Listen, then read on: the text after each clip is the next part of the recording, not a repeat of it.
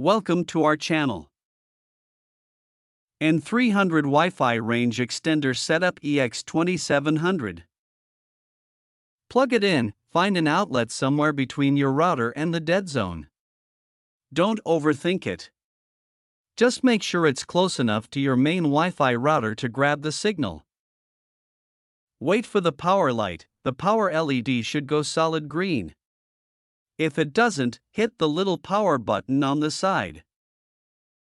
Connect to its temporary Wi-Fi on your computer or laptop. Look for a network called Netgear_EXT on the Wi-Fi list of your phone. No password. Just connect. Open up a browser, open Chrome or whatever. Type in www.mywifi.ext.net. If that doesn't load, try 192.168.1.250 in the address bar.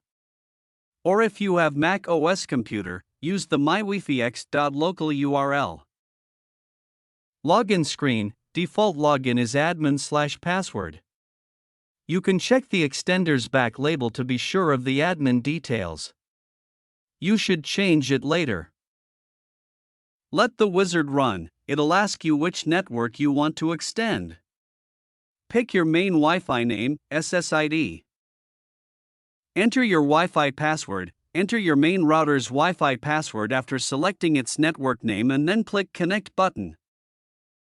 Name the extended network. By default it just adds _EXT to your SSID. Example, my home Wi-Fi _EXT.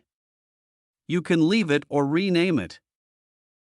Reconnect to the new extended Wi-Fi. After it reboots, go back to your phone/laptop Wi-Fi settings and connect to the new network you just made. Use the same Wi-Fi password as your main router. Move it if needed. Once it's working, unplug and move the extender halfway between your router and the spot with weak signal. Watch the signal LED. Green is good, amber is okay, red means nope. Thank you for watching.